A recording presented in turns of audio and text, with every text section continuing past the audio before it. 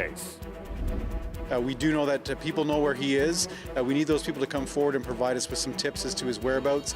The 28-year-old Toronto man is wanted on 7 charges. Plus, no more cuts!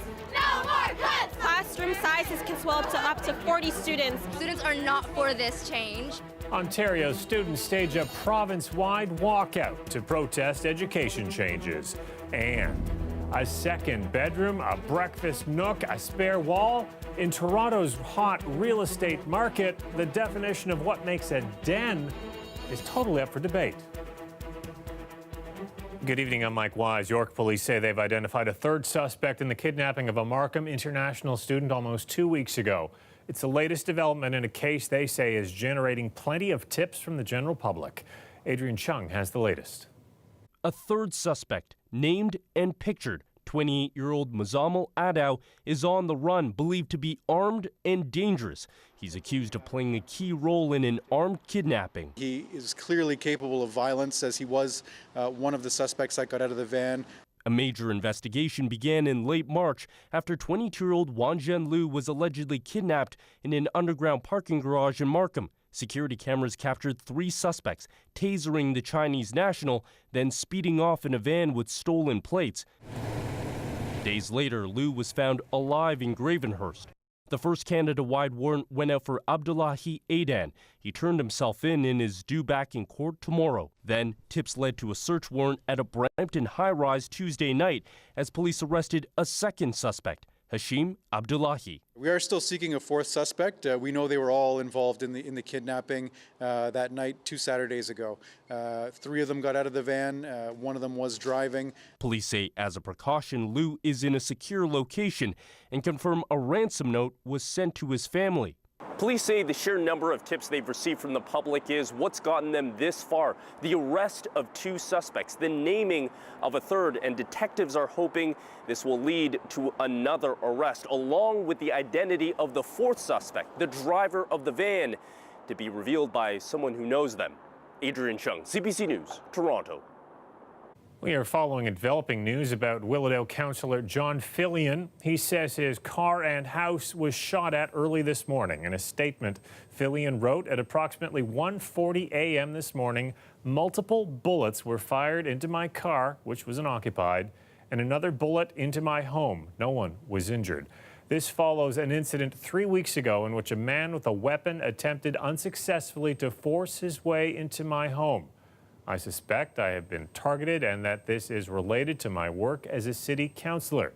Fillion says he won't comment on who he thinks is behind the incidents. The Willowdale councillor lives with CBC radio host Anna Maria Tremonti. She was at home at the time. Thousands of students walked out of their classrooms early this afternoon, angry with changes the province is making to the education system. It was a protest organized largely by students via Instagram. Students, the government dismissed as being used as political pawns. Lisa Shing has more. From Mississauga to Richmond Hill to Toronto, students protested the Premier. I'm here because what Doug Ford doing is completely unacceptable. His budget cuts, it's putting one of my favorite teachers out of a job. We're the future, and he's putting our future at risk. Our education. Our choice! The protest, dubbed Students Say No, is in response to the education changes announced earlier this month. No cuts to education! No. That includes high school class size averages going up from 22 to 28, an overhaul of the math curriculum to focus on fundamentals and financial literacy, and a cell phone ban. The province also announced a revised health curriculum that will teach gender identity and consent. Students are calling that revision a victory after many of them, along with parents and teachers, staged several protests in the summer and fall. Today they're hoping for the same result, especially after several school boards announced hundreds of job losses. Soon after the walkout, elementary students joined in, calling on the government to reverse the change to class size averages. Why are you here? I'm here because I don't support the education cuts, just like all my fellow students out here. Yeah! We are here to protest for our future. We're here to show that we have a voice and we're going to show what we want. Giving us notice. At Queen's Park, education dominated the debate again. What does the Premier have to say to students who are already tired of being told to expect less for their future? This is about the union bosses telling the teachers and the students what to do. School boards are warning the Premier that his plan will have disastrous consequences. We saw what happened under the Liberals. We saw what happened with the big union bosses when well, I guess there's no Liberals in here. So a lot of blame being put on union bosses today at Queen's Park. I spoke with some of those leaders, and they say they absolutely had nothing to do with organizing the students. Lisa Shing, CBC News, Toronto. Public sector workers in Ontario could be hit with a pay freeze. The provincial government says it is considering a hard cap on pay increases for the public sector in order to balance the budget. Treasury Board President says government spends about $72 billion a year on salaries in that sector. That includes pay for teachers, nurses, Crown attorneys, provincial police, and power workers. And CBC News has learned the Ontario government wants to redesign the province's logo. This is the current logo, sometimes referred to as 3 people in a hot tub. 2 government sources tell CBC Toronto the Trillium logo, reflecting Ontario's official flower, has been given a makeover. The updated logo will be deployed across all government branding. Now, the cost to do so, $89,000. That is less than half of what the Liberals spent when they redesigned the logo back in 2006 at a cost of $219,000.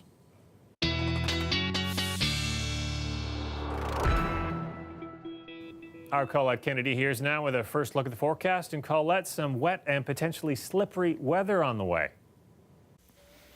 Thanks, Mike. Yes, having a look at what's going on with our headlines, because there's a few things I want you to take note of. And I think the most important and the first thing is to go over what's happening as we head into tomorrow morning. So a freezing rain risk in place, even for the GTA. Umbrellas, though, required after that. So you need those for Friday. And then on the weekend, I will get to eventually, a little later in the show, the warm up that we're going to be seeing. But let's concentrate on the areas in the freezing rain warning. So that risk through the early morning hours tomorrow and perhaps a few hours of seeing some slick roadways. But even through the city, it's that potential for a bit of a wintry mix. And that's going to be into that 7, 8, 9 o'clock, those hours before things start to warm up, even though it's not going to get that warm, but it changes it over to a rainfall event. We have that through the day Friday. As we head into Saturday in the morning hours, some cloud cover, but things improve after that. Again, you're going to have to stick around for that weekend forecast. Overnight tonight, -1 with increasing clouds. Early morning, freezing rain or wintry mix, and then 5 with some rain. Okay, thanks, Colette. Well, Toronto police are investigating a string of thefts overnight at Humber River Hospital near Wilson and Keele.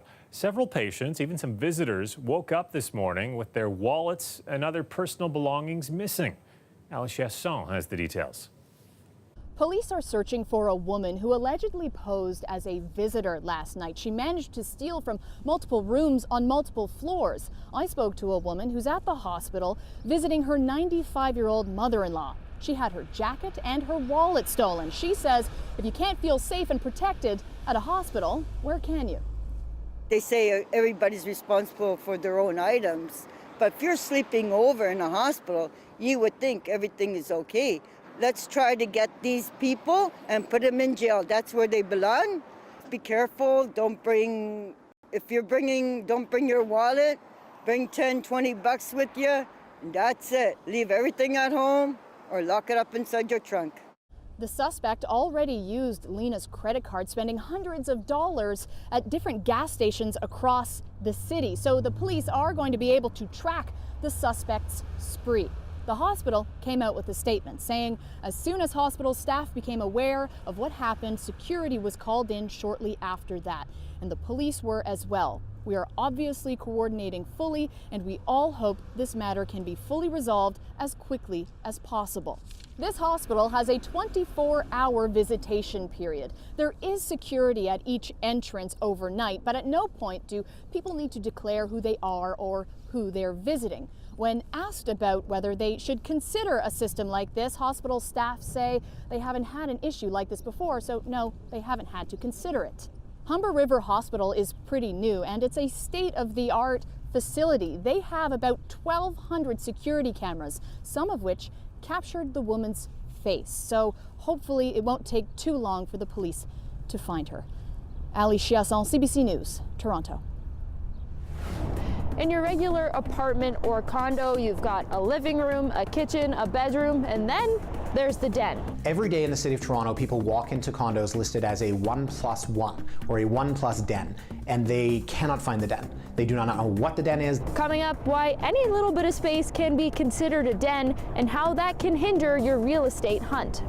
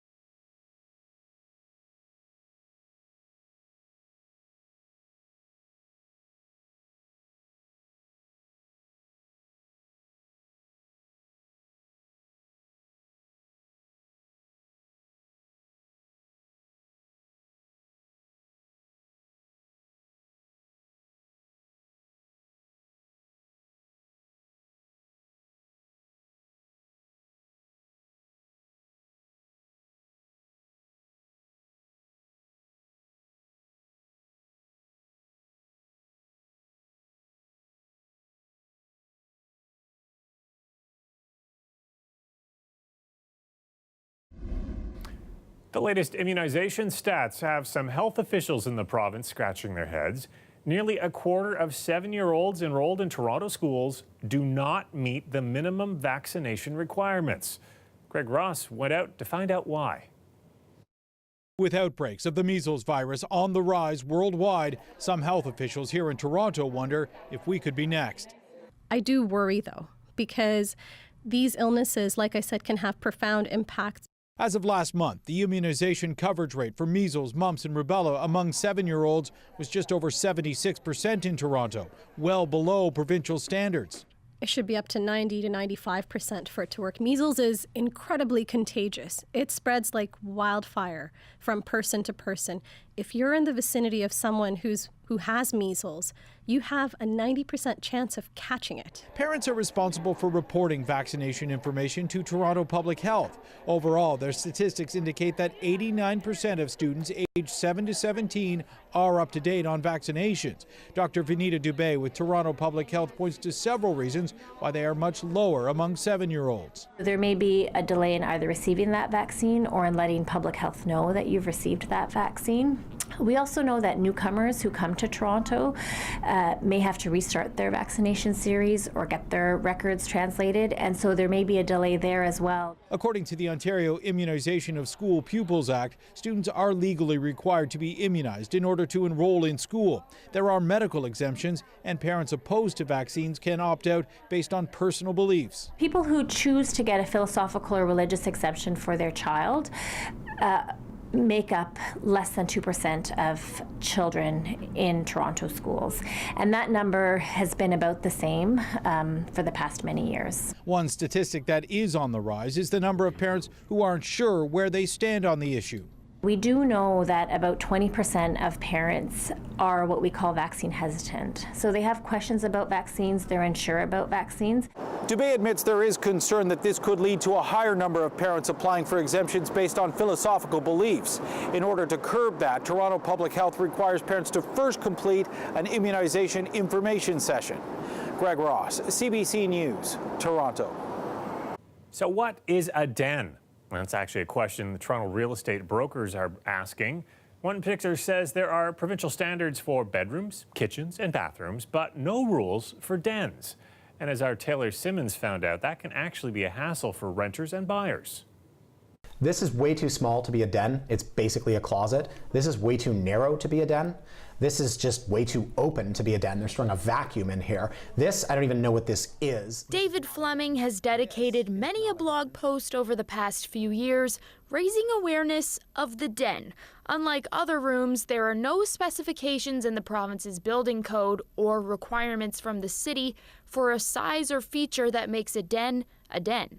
Nobody really knows what a den is. Describe a den for me. A den? Yeah. You mean a den in a room? A room without windows? I picture wood. I don't know. And Big maybe fireplace. Like a fireplace. Yeah. It's a room in a house that's usually dark. It might have a TV, a couch, a desk. It's like a cigar lounge with whiskey. Fun aside, Fleming says it becomes tricky when you're trying to list a property, especially an apartment or condo, and a seller wants to call this or this or this a den. Even trickier, a new term used in floor plans. So they invented this thing called media, which is basically room for a desk. And then when that person goes to put it on MLS, there is no media. So what are they going to call it? A den. A 1+ den. While looking at misleading listings and going to fruitless open houses may be a bit of a nuisance, you may be wondering, what's the big deal? Well, where there's a den, there could be an extra dollar. Investors are looking for spaces where they can put 2 people in there instead of 1. So if you have a 1+ den, it doesn't even matter if it has a door. I have seen people do all kinds of things downtown. I have seen so many sheets strung across a piece of string with a bed behind it, I can't even tell you. It immediately increases your return and thus prices go up. That trend of using dens as bedrooms is something that also has tenants advocates worried. Oftentimes people don't want to take it, but right now, in many instances, it's all they can afford. A den serves many different purposes. President of the Building Industry and Land Development Association, Dave Wilkes, says there are strict regulations for bedrooms, but in terms of dens, there's no need for a standard for builders. They understand that there's different needs for different people. They understand that there's an ability to appeal to those needs by offering different products. To avoid wasting time on listings that don't meet your den needs, Wilkes and Fleming recommend pulling up floor plans ahead of time. Taylor Simmons, CBC News, Toronto. I wonder how many dens are in those buildings. April showers may bring May flowers, but what does freezing showers lead to? Colette is back after the break with what you need to know ahead of the morning commute.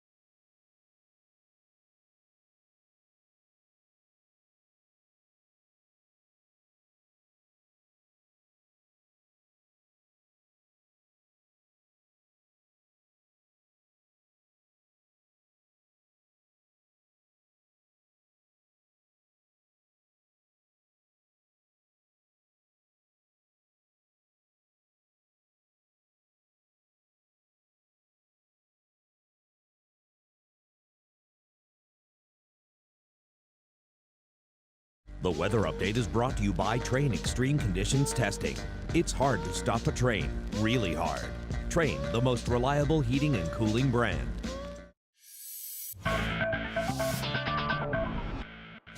The Maple Leafs hosting Tampa tonight, welcoming Jake Gardiner back into the lineup after missing 18 games with a back injury. First period, Mitch Marner knocks it loose on the blue line. He goes the other way, goes in and scores his 26th of the season. It's tied in the third period. Morgan Riley with a great pass here to John Tavares, but Vasilevsky makes the glove save, denies that. Toronto would score less than a minute later and then go on to add an empty netter to win 3-1. It's Tampa's 61st win of the season. They are one win shy of tying the Red Wings record for most wins in a single season. The Blue Jays in Cleveland on a chilly night in Ohio. Top of the seventh, Cleveland starter Trevor Bauer strikes out Brandon Drury, his 8th strikeout of the game. He had a no-hitter going for 7 innings. Let's go to the bottom of the seventh. Bases loaded. Jose Ramirez is just a little short of a grand slam, but his sacrifice fly helped put the home team up 3-0. The Jays would get on the board in the ninth when Teoscar Hernandez doubles to deep left. That would score Freddie Galvis, but that was it for the Jays. Cleveland beats Toronto 4-1.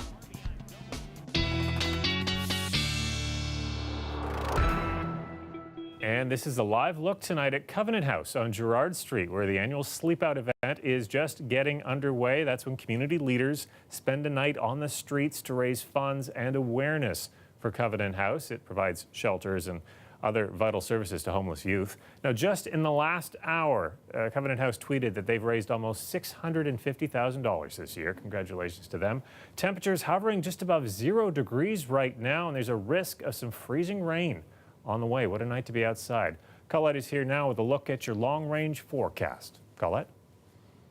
Thanks, Mike. Well, first of all, just having a look at what an average high should be at this time of year, because we know yesterday, okay, today cool, and tomorrow's looking a little cool as well, but things will warm up as we get into the weekend. But the average high this time of year, and we just haven't been there the last few days, 8.6 degrees. All right, the next system we really need to start to focus on, yes, it's back here pushing towards the Ohio Valley, but it comes in overnight tonight such that by tomorrow morning, spots to the south and to the west of the GTA and of the city, seeing that freezing rain beginning in the overnight, but then into the early morning hours. And so this could have an impact on your commute tomorrow morning, looking like a bit of a wintry mix, and certainly some freezing rain in those areas that are in the freezing rain warning, especially to the northwest of the GTA that I was showing you earlier in the show. Then the temperatures will be rising, changing this over to what will mostly be a rain event, or in fact becoming showers, although the temperature's not rising that much, with highs around 5-6 degrees around the area. But as we head through the overnight, we'll see things tapering off, a little extra cloud cover into Saturday morning. However, we'll get some improvement and see some sunshine through the day on Saturday, and the temperatures will be soaring as the winds turn towards the south. Then the next system is going to be making its way in. So the second half of the weekend, this is in the morning, seeing the cloud cover, looks like the first bit of precip stays to the north of us. That won't be the case through the whole day. As we get into the evening hours, we'll likely start to see some showers developing, and then that carrying over, getting into some rain by the time we get into Monday.